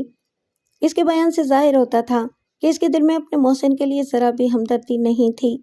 وہ کھل کر اس کی مخالفت پر اتر آئی تھی۔ اس کا بیان ختم ہوا تو میں نے جج کی اجازت سے اس پر جرات شروع کی۔ بیگم صاحبہ، میں نے کہا، کیا یہ صحیح ہے کہ آپ نے مقتول جبار خان کے خلاف پولیس میں رپورٹ درج کرائی تھی؟ یہ بہت پرانی بات ہے، اس نے جواب دیا۔ میرا خیال ہے کہ جبار خان اتنا برا لڑکا نہیں تھا۔ میں نے آپ سے مقتول کے کردار کے بارے میں سوال نہیں کیا۔ میں یہ جاننا چاہتا ہوں کہ آپ نے اس کے خلاف پولیس میں رپورٹ درج کرائی تھی یا نہیں؟ یہ بہت سیدھا سوال ہے، آپ اس کا ہاں یا نہ میں جواب دیں۔ ہاں، میں نے اس کے خلاف رپورٹ درج کرائی تھی، لیکن میں نے فوراً اس کی بات کاٹی۔ کیا آپ اس عدالت کو بتائیں گی کہ وہ رپورٹ کس ضمن میں تھی؟ میں آپ کا مطلب نہیں سمجھی۔ اس بات کے ذکر کی یہاں کیا ضرورت ہے؟ آپ جرا نہیں کریں، جج نے کہا۔ جو سوال آپ سے کیا گیا ہے اس کا جواب دیں۔ دراصل مجھے یہ اطلاع ملی تھی کہ جبار خان میری بیٹی صبا کو اسکول آتے جاتے چھیڑتا ہے۔ یہ اطلاع آپ کو کس نے دی تھی؟ اطلاع تو صبا نے ہی دی تھی، لیکن میں نے اس کی بات کاٹی اور پوچھا، کیا یہ صحیح ہے کہ ملزم ڈاکٹر علی اختر نے آپ کی بیٹی کو اپنے کار میں لفٹ دی تھی اور آپ نے اسے یعنی ملزم کو اخلاقاً چائے پلائی تھی؟ یہی میری غلطی تھی، اس نے جواب دیا۔ مجھے ایسا نہیں کرنا چاہیے تھا۔ خاتون، عدالت کو اس بات سے کوئی واسطہ نہیں کہ آپ کو کیا کرنا چاہیے تھا اور کیا نہیں کرنا چاہیے تھا، جج نے کہا۔ آپ ہاں یا نہ میں جواب دیں۔ میری سمجھ میں نہیں آتا کہ آپ یہ فضول سوالات کیوں کر رہے ہیں، اس نے کہا۔ ہاں، یہ ٹھیک ہے، ملزم نے صبا کو لفٹ دی تھی اور میں نے اسے چائے پلائی تھی۔ مجھے بتایا گیا ہے کہ یہ آپ کی ملزم سے پہلی ملاقات تھی، کیا یہ صحیح ہے؟ ہاں، صحیح ہے۔ بیگم صاحبہ، کیا یہ بھی صحیح ہے کہ ملزم نے یہ دیکھ کر آپ کی بیٹی کو لفٹ دی تھی کہ جبار خان اسے چھیڑ رہا تھا؟ مجھے نہیں پتا، اس نے چڑھ کر کہا۔ میں اس وقت گھر پر تھی۔ میں نے ہولے سے کہا، کوئی بات نہیں، اس بات کا جواب آپ کی بیٹی کو معلوم ہوگا۔ پھر بلند آواز سے پوچھا، کیا یہ سچ ہے کہ اس روز کے بعد ملزم روزانہ آپ کی بیٹی کو اسکول چھوڑنے جاتا تھا اور گھر لے کر بھی آتا تھا؟ اس نے جواب دینے میں تامل کیا تو میں نے مزید کہا، ویسے یہ کوئی چھپی ہوئی بات نہیں ہے۔ اسکول کی 1.5-2 درجن طالبات، کم از کم نصف درجن ٹیچرز اور 1-8 درجن پڑوسی اس بات کی تصدیق کر سکتے ہیں۔ آپ تو خواہ بات لمبی کر رہے ہیں۔ میں نے کب اس بات سے انکار کیا ہے؟ محترمہ، ملزم نے آپ کو یہ بات ضرور بتائی ہوگی کہ اس نے جبار خان کو آپ کی بیٹی کا پیچھا کرنے سے منع کیا تھا۔ صرف منع نہیں کیا تھا، شمشاد بیگم نے جواب دیا، اسے دھمکی دی تھی۔ حالانکہ میں نے اس کی بات کاٹتے ہوئے پوچھا، محترمہ، کیا آپ اس عدالت کو بتائیں گی کہ آپ نے ایک ایسے شخص کو گھر بلا کر اپنی خوابگاہ میں کیوں بٹھایا جو آپ کی بیٹی کو آتے جاتے چھیڑتا تھا؟ برا آدمی توبہ بھی تو کر سکتا ہے، اس نے جواب دیا۔ میں اسے سمجھانا چاہتی تھی۔ اس بات کا خیال آپ کو پولیس میں رپورٹ درج کرانے سے پہلے کیوں نہ آیا؟ وکیل استغاثہ نے اس سوال پر اعتراض کیا اور جج نے اعتراض درست تسلیم کیا۔ میں نے سوالات کا سلسلہ جاری رکھتے ہوئے کہا، بیگم صاحبہ، آپ نے بتایا کہ جبار خان کو خوابگاہ میں بٹھانے کے بعد آپ نے دیکھا کہ کمرے میں کچھ گندے برتن پڑے ہوئے ہیں۔ آپ نے ان برتنوں کو اٹھایا اور برچی خانے کی طرف چلی گئیں۔ کیا آپ بتائیں گی کہ برتنوں کی نوعیت کیا تھی؟ وہ چائے کے 2 کپ تھے۔ آپ نے اپنے بیان میں کہا ہے کہ کمرے سے نکلنے کے بعد ابھی آپ چند قدم ہی چلی تھیں کہ آپ کے کانوں میں گولیاں چلنے کی آواز آئی۔ آپ نے کپ فرش پر رکھ دیے اور پچھلے دروازے سے نکل کر خوابگاہ کی طرف بھاگیں۔ کیا یہ صحیح ہے؟ اس نے الجھی ہوئی نظروں سے میری طرف دیکھا۔ کوئی بات اسے کھٹکی تھی مگر وہ اسے سمجھ نہیں پائی تھی۔ بولی، ہاں، ایسا ہی ہوا تھا۔ جب میں برآمدے میں پہنچی تو میں نے ڈاکٹر علی اختر کو ڈرائنگ روم سے نکل کر اپنی کار کی طرف جاتے دیکھا۔ میں نے اسے فائرنگ کے بارے میں پوچھا مگر اس نے مجھے ڈانٹ دیا، ایک طرف جھٹک دیا اور اپنی کار میں بیٹھ کر وہاں سے نکل گیا۔ میں نے اس کی مدد کرتے ہوئے کہا۔ اس کے بعد آپ نے اپنی بیٹی کو آواز دے کر بلایا اور پولیس کو فون کرنے کے لیے بنگلے سے نکل گئیں، کیا یہ صحیح ہے؟ ہاں، ہم نے یہی کیا تھا بیگم صاحبہ۔ پولیس کے روزنامچے کے مطابق آپ نے فون پر یہ رپورٹ درج کرائی تھی کہ آپ کے بنگلے میں ایک آدمی قتل ہو گیا ہے۔ ہاں، میں نے یہی رپورٹ کرائی تھی درج۔ میں نے قدرے اونچی آواز میں پوچھا، بیگم صاحبہ، آپ کو یہ کیسے پتہ چلا کہ آپ کے بنگلے میں ایک آدمی قتل ہو گیا ہے؟ میں آپ کے سوال کا مطلب نہیں سمجھی۔ محترمہ، آپ نے اپنے بیان میں کہیں یہ نہیں کہا کہ فائرنگ کی آواز سننے کے بعد آپ نے خوابگاہ میں جا کر دیکھا تھا۔ نیز یہ بات قرینِ قیاس بھی معلوم نہیں ہوتی۔ فائرنگ کی آواز سن کر ایک اچھا خاصا آدمی بھی فائرنگ والی جگہ سے دور بھاگنے کی کوشش کرتا ہے، لہٰذا آپ اس بات کی وضاحت کریں کہ آپ کو کیسے پتہ چلا کہ جبار خان قتل ہو گیا ہے؟ اس کے چہرے پر گھبراہٹ دکھائی دینے لگی۔ بولی، مجھے پہلے ہی اس بات کا اندیشہ تھا۔ یعنی آپ کو معلوم تھا کہ جبار خان کو قتل کر دیا جائے گا؟ وکیل استغاثہ نے جلدی سے اٹھ کر کہا، جناب عالی، مجھے اعتراض ہے، لیکن جج نے اس کا اعتراض مسترد کر دیا۔ شمشاد بیگم نے گھبراہٹ میں کہا، یہی سمجھ لیں محترمہ، آپ نے کہا ہے کہ آپ کے دونوں ہاتھوں میں ایک ایک کپ تھا اور آپ نے فائرنگ کی آواز سن کر دونوں کپ فرش پر رکھ دیے تھے۔ حالانکہ فائرنگ کی آواز سن کر کپ گر جانے چاہیے تھے، لیکن ایسا نہیں ہوا۔ کپ آپ کے ہاتھوں سے نہیں گرے۔ پولیس کی رپورٹ میں بھی ٹوٹے ہوئے کپوں کا کوئی ذکر نہیں ہے۔ کیا آپ اس بات کی کچھ وضاحت کریں گی؟ وہ میں نے پہلے ہی باورچی خانے میں رکھ دیے تھے۔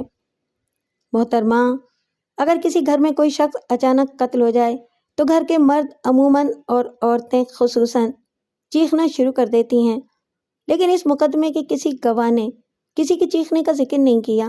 مفرور گواہ بختیار احمد نے بھی نہیں، جو ملزم پر قتل کا الزام ثابت کرنے کے لیے زیادہ بے چین نظر آتا تھا۔ کیا آپ اس بات کی وضاحت کریں گی؟ مجھے گھبراہٹ میں کچھ ہوش نہیں رہا تھا۔ جی ہاں، میرا بھی یہی خیال ہے، میں نے پرخیال لہجے میں کہا۔ گھبراہٹ میں آپ کو چیخنے کا خیال نہیں رہا ہوگا۔ پھر میں نے جج سے مخاطب ہو کر کہا، جناب عالی، میں آپ کی اجازت سے ملزم سے ایک ضمنی سوال کرنا چاہتا ہوں۔ جج نے اجازت دے دی۔ میں نے ملزم سے کہا، ڈاکٹر صاحب، کیا آپ اس عدالت کو بتائیں گے کہ گولیاں چلنے کی آواز سن کر آپ برآمدے سے کیوں نکلے تھے؟ کیا آپ ڈر کی وجہ سے باہر نکلے تھے یا کوئی اور وجہ تھی؟ اس کے 2 سبب تھے، ڈاکٹر علی اختر نے جواب دیا۔ گولیاں چلنے کی آواز سن کر میں نے فوری رد عمل کے طور پر اندرونی دروازہ کھولنے کی کوشش کی۔ میرے ذہن میں سب سے پہلے یہ خیال آیا تھا کہ جبار خان نے شمشاد بیگم اور ثروت صبا کو خوفزدہ کرنے کے لیے ہوائی فائرنگ کی ہے، مگر وہ دروازہ دوسری طرف سے بند تھا۔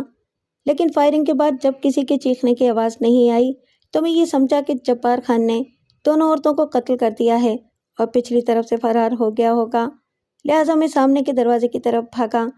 جب میں برآمدے میں پہنچا تو دوسری طرف سے شمشاد بیگم دوڑتی ہوئی آئی اور اس نے مجھے بتایا کہ کسی نے جبار خان کو قتل کر دیا ہے اور فرار ہو گیا ہے، ساتھ ہی مجھے نکل جانے کا مشورہ بھی دیا۔ مجھے اس کی بات پر یقین نہیں آیا۔ میں وہاں رک کر صورتحال کا جائزہ لینا چاہتا تھا، لیکن اس عورت نے مجھے بصد اصرار وہاں سے نکال دیا۔ وکیل استغاثہ نے فوراً اعتراض کیا اور کہا، جناب عالی، مجھے سخت اعتراض ہے۔ ملزم گواہ پر جھوٹا الزام عائد کر رہا ہے، اسے خاموش رہنے کی ہدایت کی جائے۔ جناب عالی، یہ ایک ضمنی سوال تھا، میں نے وضاحت کی۔ پھر میں نے شمشاد بیگم سے پوچھا، محترمہ، مجھے معلوم ہوا ہے کہ آپ نے اپنے مکان کی قسطیں ادا کرنے کے لیے ملزم سے کچھ رقم بطور قرض لی تھی۔ کیا آپ اس عدالت کو اس قرض کی تفصیل بتانا پسند کریں گی؟ یہ ایک ذاتی معاملہ ہے، آپ اپنے دائرے میں رہیں۔ میں نے اپنے سوال پر زور نہیں دیا اور پوچھا، محترمہ، کیا یہ صحیح ہے کہ ملزم نے آپ سے شادی کی خواہش کا اظہار کیا تھا؟ جناب عالی، مجھے اعتراض ہے، وکیل استغاثہ نے کہا۔ وکیل صفائی حد سے تجاوز کر رہے ہیں۔ میں نے جج کے استفسار پر جواب دیا، جناب عالی، بات یہ ہے کہ ابھی تک قتل کا کوئی واضح محرک ہمارے سامنے نہیں آیا۔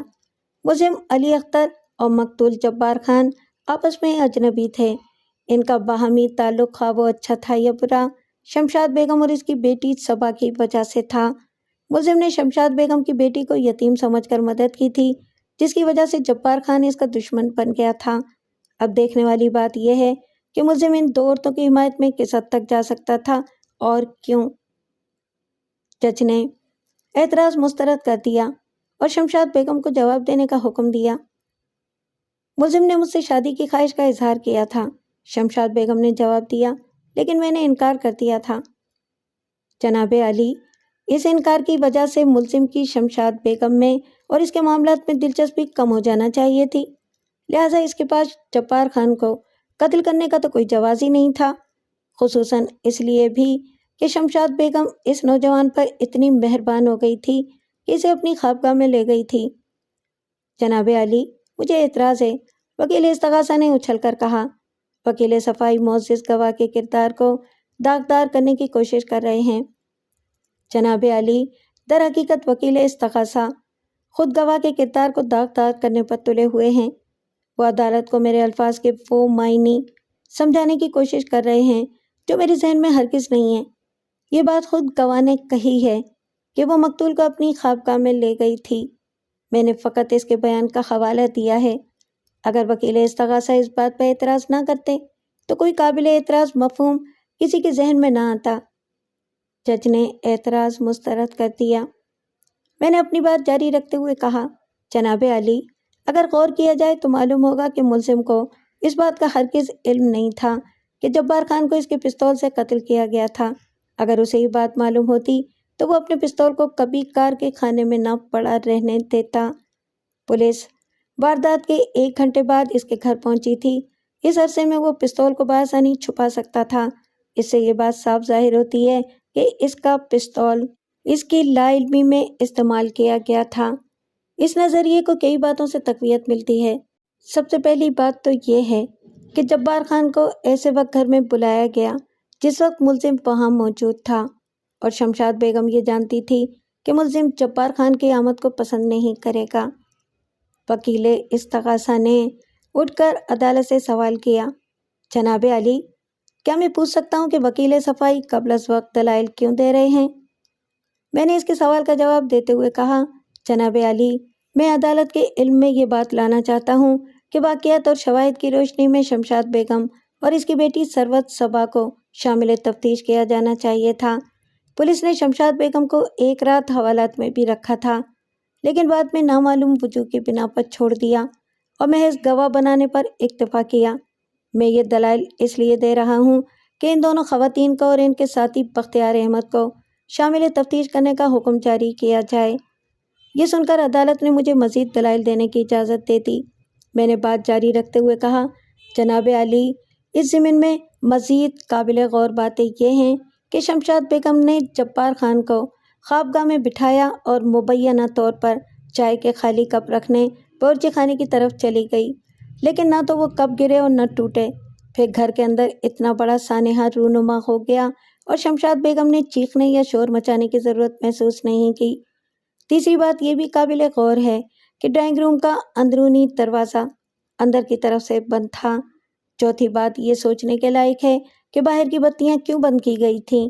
پانچویں بات یہ کہ شمشاد بیگم برآمدے میں ملزم سے ٹکرا گئی تھی اور اسے وہاں سے چلے جانے کا مشورہ کیوں دیا تھا۔ چھٹی بات یہ کہ شمشاد بیگم کو کمرے میں دیکھے بغیر کیسے یہ بات معلوم ہو گئی کہ جبار خان کو قتل کر دیا گیا ہے۔ ساتویں بات یہ کہ گواہ بختیار کو کیسے یہ پتہ چل گیا کہ اندر ایک آدمی قتل ہو گیا ہے۔ آٹھویں بات یہ کہ بختیار کو اس بات کا کیسے پتہ چلا کہ ثروت صبا کے کمرے میں ٹیپ ریکارڈر بج رہا ہے۔ جناب عالی، اس کے علاوہ بھی بہت سی باتیں قابل توجہ ہیں، لیکن میں سر دست ان کا ذکر مناسب نہیں سمجھتا۔ تاہم واقعات اور شواہد کی روشنی میں یہ بات سامنے آتی ہے کہ میرے موکل ڈاکٹر علی اختر کو در حقیقت قربانی کا بکرا بنایا گیا ہے۔ جبار خان کا قتل در حقیقت میں نے شمشاد بیگم کی طرف دیکھا، جس کا رنگ پیلا پڑ چکا تھا اور آنکھیں خوف کے باعث باہر نکلی جا رہی تھیں۔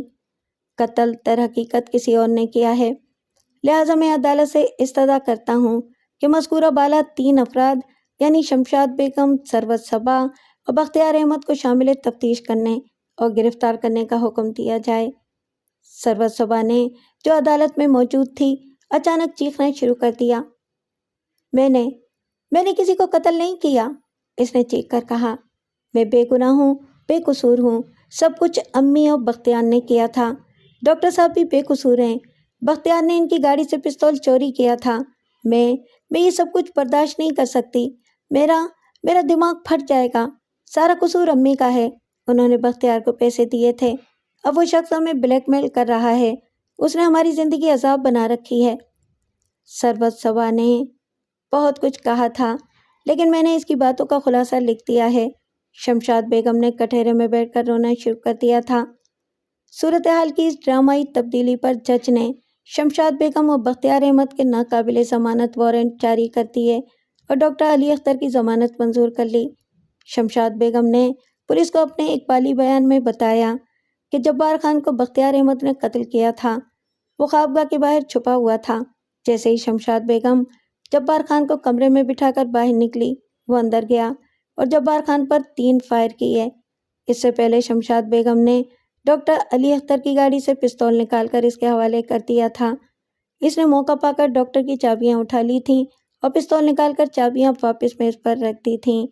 اس نے برآمدے میں ڈاکٹر کو اس لیے روک لیا تھا کہ اس موقع سے فائدہ اٹھاتے ہوئے بختیار احمد پستول واپس کار کے خانے میں رکھ دے اور دروازہ بند کر کے پچھلے دروازے سے باہر نکل جائے۔ 2 یا 3 روز کے بعد پولیس نے بختیار احمد کو بھی گرفتار کر لیا۔ وہ اناڑی مجرم تھا، اس لیے اس نے پولیس کے تشدد سے گھبرا کر اقبال جرم کر لیا۔ عدالت نے ثروت صبا کے بارے میں نرم رویہ اختیار کیا اور اسے شامل تفتیش نہیں کیا۔ مقدمے کا ابھی فیصلہ نہیں ہوا، تاہم میرا اندازہ ہے کہ بختیار احمد کو سزائے موت اور شمشاد بیگم کو عمر قید ہو جائے گی۔